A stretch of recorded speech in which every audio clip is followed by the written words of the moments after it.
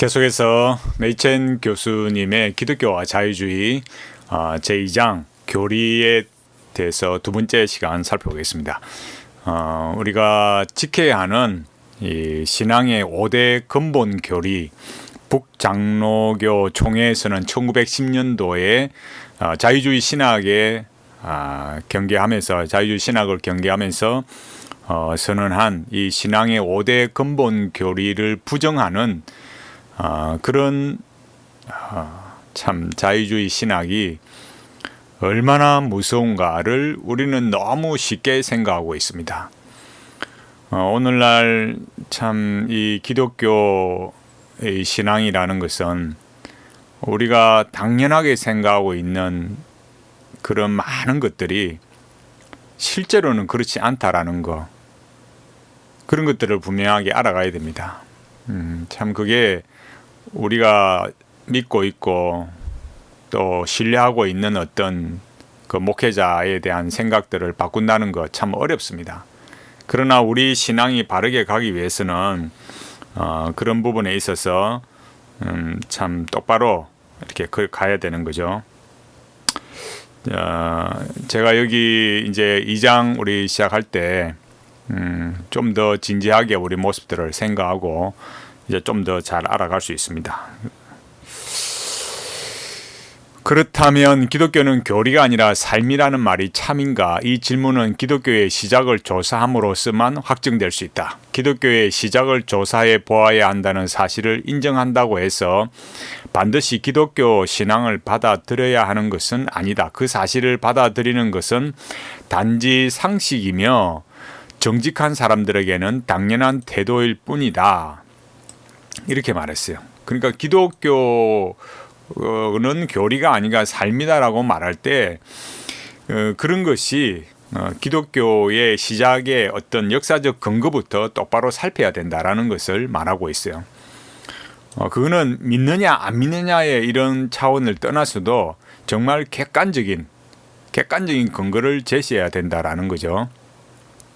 모든 단체가 시작될 때에는 설립 문서가 있으며 거기에는 단체들의 목적이 명기된다. 그보다 훨씬 더 바람직한 목적들이 있을 수도 있겠지만 만약 경영자들이 그들의 이름과 자원을 가지고 다른 목적들을 추구한다면 그들은 월권 행위를 하고 있는 것이다. 이것은 기독교에 있어서도 마찬가지다. 기독교 운동을 시작한 사람들에게 이후 세대를 위한 법을 제정할 권한이 없다고 생각할 수도 있겠지만 기독교라는 이름을 유지하기로 결정하는 모든 후세대를 위한 법 제정의 권리는 그들에게서 박탈될 수 없다. 이렇게 말했어요. 그러니까 이 기독교 신앙이 저 자유주의자들이 말하는 것과 어떤 분명한 논점을 가지고 있어야 되는 거죠.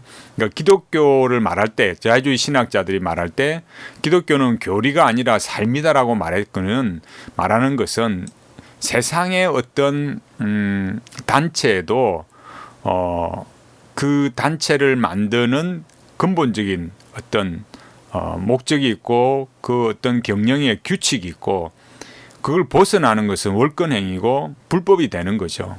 그러니까 교리가 삶이다라는 것은 그냥 인간답게 살면 되지 거기에 무슨 규칙이 필요하냐 목적이 필요하냐 이렇게 할 수 없다는 거예요. 그러니까 기독교라는 이 독특한 이 신앙을 지켜가기 위해서는 성경의 원칙과 또 그것을 교리적으로 원리적으로 분명히 말한 이 교리대로 합당해야 기독교를 할 수 있는 거죠.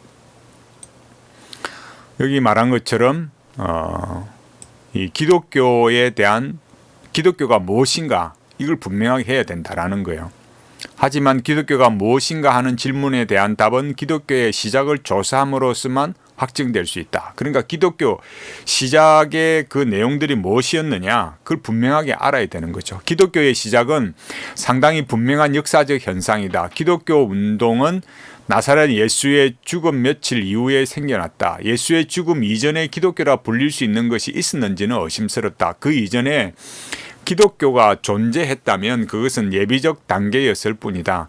기독교라는 이름은 예수의 죽음 이후에 생겨났으며 기독교 자체도 역시 새로운 어떤 것이었다. 십자가 사건 이후 예루살렘에 있던 예수의 제자들 사이에 중요한 새 출발이 있었음이 분명하다. 이때를 기점으로 예루살렘에서 이방 세계로 퍼져나가 기독교라고 불리게 된 괄목하는 현상이 시작된 것으로 보아야 한다. 그러니까 지금 우리의 기독교라는 그 시작이 된 거는 뭐라 그럴까, 우리가 어떤 진공 상태에서, 그죠? 진공 상태에서 이렇게 만들어낸 게 아니고 예수 그리스도의 참 이 부활 이후로, 예수 그리스도의 십자가의 속죄와 부활, 십자가의 죽으심과 부활 이후로 그야말로 오순절 성령의 역사로 인해, 오순절 성령님의 강림하심으로 인해서 만들어진 이 예수님을 그리스도로 믿는 그 제자들, 그리고 그 제자들의 이 제자들이 복음을 전해서 또 그들도 역시 예수님을 그리스도로 믿은 그 사람들이 기독교라 불리게 되는 하나의 큰 현상이 일어나게 된 거죠. 이 운동의 초기 단계에 대한 분명한 역사적 기록이 바울의 서신들에 보존되어 있다. 진지한 역사학자들은 모두 그 서신들을 기독교의 처음 세대가 실제로 생산한 것으로 간주한다. 그 서신들의 저자는 예루살렘에서 기독교 운동을 일으킨 예수의 친밀한 친구들과 직접 대화했으며 그 운동의 근본 성격이 무엇이었는지를 서신들 속에서 너무나 분명하게 보여준다. 이렇게 말했어요. 그러니까 그 기독교의 그 특징이 뭐냐? 그러니까 참된 기독교는 이런 것이다. 기독교 신앙이라는 이런 게 반드시 있어야 하는 거야. 그게 어디 있느냐라고 할 때 직접적으로는, 그러니까 사도행전으로부터 바울 서신에 또 그 사도들의 그 기록한 그 성경, 정경으로 인정된 그 성경에 분명하게 나와 있다라는 거예요. 그러니까 그 성경을 벗어나서 가르치면 뭐냐? 기독교 아니라는 거예요. 제가 앞서 말씀드린 1910년도의 북장로교 총회에서는 그 신앙의 5대 근본 교리라 하는 성경의 무오성, 예수님의 동정녀 탄생, 예수님의 대속적 속죄, 예수님의 육체적 부활, 예수님의 이적, 이 5가지를 이렇게 부정하는 자유주의 신학은 기독교가 아니다 이거죠.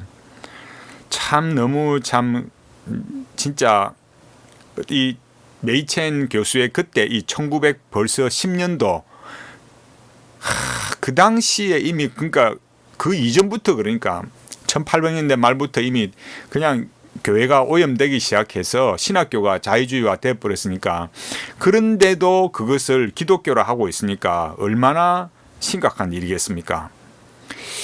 그 다음에 이 초기에 대한 이 분명한 역사적 기록이라고 말했듯이 이 부분도 우리가 중요하게 생각이 되고, 이를 근거로 하여 거기에 한 가지 분명한 사실이 있다면 초기 기독교 운동은 현대적 의미의 삶의 방식으로 도입된 것이 아니라 어떤 메시지에 근거한 삶의 방식이었다는 점이다. 그러니까 앞서 자유주의 신학자들이 기독교는 삶이다 이런 게 아니라는 거예요. 어떤 메시지에 근거한 삶의 방식이다. 말하자면 기독교는 교리도 있고 삶도 있는 거예요. 그러니까 성경에 기초한 삶이고 교리에 근거한 삶이지, 그 가운데 거를 빼버리고 정말 중요한 그 말씀을 빼버리고 기독교는 삶이다 이럴 수 없다라는 거예요. 기독교는 단순한 감정이나 활동 프로그램에 근거한 것이 아니라 어떤 사실에 대한 설명에 근거했다. 다른 말로 하자면 그것은 교리에 근거했던 것이다. 예. 이 내용에 정말 중요한 것들을 말하고 있는 거죠. 왜 기독교가 이런 그냥 단순히 삶이 아니냐? 그런 건 기독교가 어떤 그냥 활동 프로그램, 하나의 감정 이런 게 아니기 때문에 그래요. 반드시 교리에 근거한, 그래야 기독교 신앙이니까요. 아니면은 기독교 신앙이 아닌 거죠. 이와 관련하여 바울에 대해서는 논란의 여지가 없다. 바울은 교리에 무관심하지 않았다. 그렇죠. 실제로 이렇게 교리에 무관심하지 않았죠. 더 교리를 올바로 세웠지 않습니까? 사도 바울이. 도리어 교리가 그의 삶의 기초였다. 교리에 대한 헌신 때문에 그가 놀라운 관용을 베풀지 못하게 된 것은 아니었다. 로마 수감 중에 놀라운 관용의 예가 있었는데 빌립보서에 그것이 기록되어 있다. 당시 로마에 있던 어떤 기독교 교사들이 바울의 위대함을 질투했던 것으로 보인다. 그런 질투들이 있었죠. 그랬는데 바울이 자유로운 몸이었을 때는 그들이 둘째의 위치에 있을 수밖에 없었는데 바울이 이제 감옥 안에 있었으므로 그들이 최고의 위치를 차지하게 되었다. 그러니까 완전히 거꾸로 된 거죠. 그들은 감옥에 있는 바울을 더 괴롭히고자 했다. 얼마든지 바울을 괴롭힐 수 있는 위치가 된 것입니다. 그들은 심지어 질투와 분쟁의 정신으로 그리스도를 전파했다. 옳거니하고 얼마나 좋아했겠어요. 요컨대 경쟁적인 설교자들이 복음 전파를 저급한 개인적 야망을 만족시키기 위한 수단으로 만든 것이다. 쉽게 생각할 수 있는 저급한 사업이 되어버린 셈이다. 그러나 바울은 마음이 흔들리지 않았다. 그러면 무엇이냐? 거칠애로 하나 참으로 하나 무슨 방도로 하든지 전파되는 것은 그리스도니 이로써 나는 기뻐하고 또한 기뻐하리라 라고 그는 말한다 라고 이렇게 말했어요.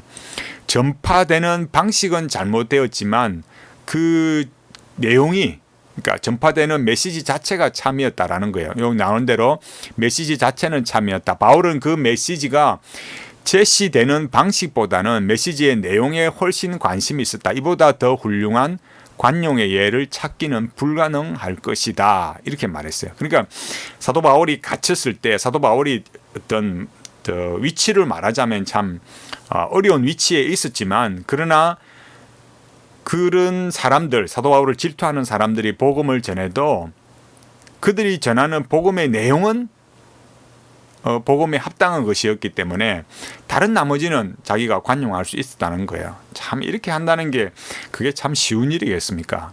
그렇다고 해서 바울이 무조건 관용을 베풀기만 한 것은 아니었다. 예를 들어 갈라디아에서는 전혀 관용적 태도를 보이지 않았다. 거기에도 역시 경쟁적인 전도자들이 있었다. 그런데 바울은 그들에게는 일절 관용을 보이지 않았다. 오히려 그러나 우리나 혹은 하늘로부터 온 천사라도 우리가 너에게 전한 복음 외에 다른 복음을 전하면 저주를 받을지어다라고 했다. 갈라디아서 1장 8절.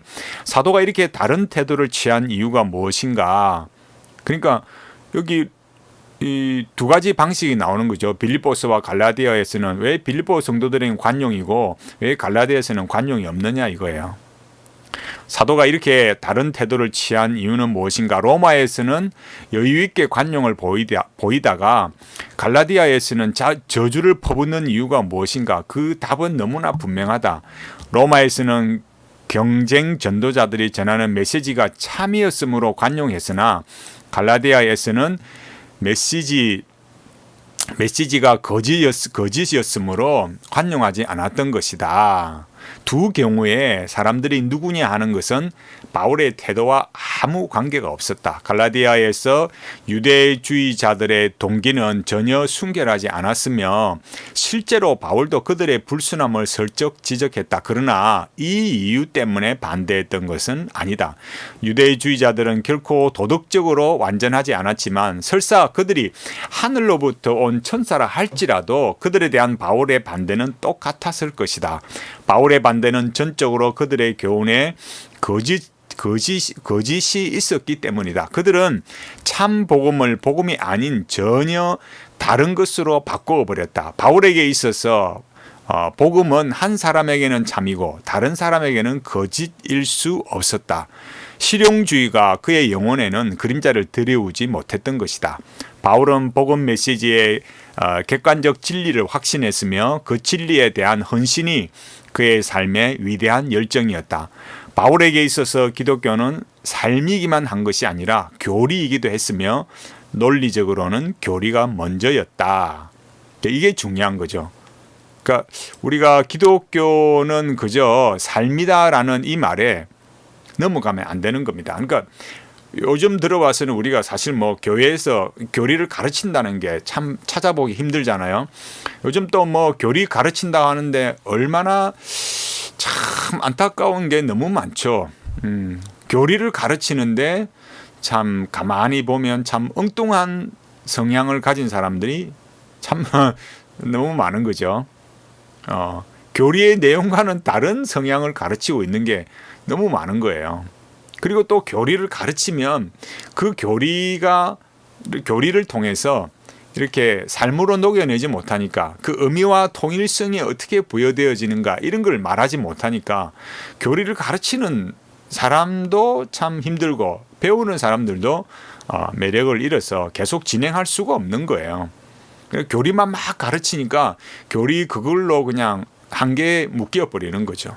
또 그렇지만 여기 메이첸 교수가 말하는 것은 사도 바울이 왜 빌립보 교회 성도와 이 갈라디아 성도들 이 두 교회와는 왜 그렇게 하나는 관용이 있고 하나는 관용이 없었냐라고 할 때 빌립보 교회 성도들은 서로 이렇게 인간적으로는 좀 부족하게 다툼이 있었지만 그러나 전하는 메시지는 분명히 복음적이고 복음의 내용 그대로를 가르친 거고 갈라디아 교회는 복음 외에 율법적 행위가 추가되었기 때문에 그런 것을 용납할 수 없었던 거죠. 기독교 이 신앙이 자리 잡은 건 무엇이었습니까? 사도 바울이 그렇게 로마서도 그렇고 갈라디아서 바울 서신에나 다른 서신에 사도들의 서신에 나와 있듯이 교리를 분명하게 했기 때문에 기독교로 설 수 있었다는 거예요. 그런데 자유주의 신학은 뭐 교리 그런 게 뭔 상관이 있어? 오늘날 교회로 성도들로 말하자면 뭐 은혜만 되면 되지요. 이런 생각을 가지는 거예요. 그러면 은혜라는 게 뭐겠습니까? 교리가 없이 이 성경 자체에 충실한 거 없이 은혜가 된다.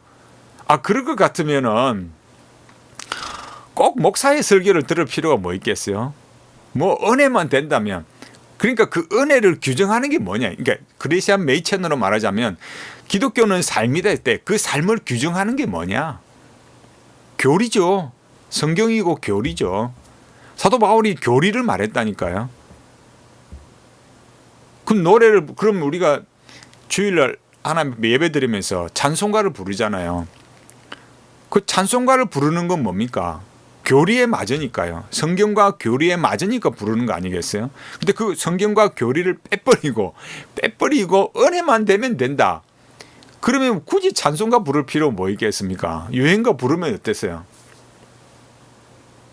유행가 불러서 내 마음이 좋은 게 그게 은혜고 찬송가를 부르든 유행가를 부르든 그게 내 마음이 좋으면 되는 게 그게 은혜면 그게 무슨 은혜겠습니까? 그건 기독교 아니라 이거죠. 우리가 그런 점을 분명하게 알아야 된다라는 겁니다. 그러니까 오늘 이 두 번째 시간은 뭐예요? 분명하게 기독교 신앙은 교리가 먼저다. 물론 삶을 말해야 되지만 교리다. 그리고 교리를 가르쳐도 그것이 삶의 의미와 통일성으로 어떻게 다가오느냐 그걸 가르쳐야 한다는 거예요. 계속해서 살펴보겠습니다.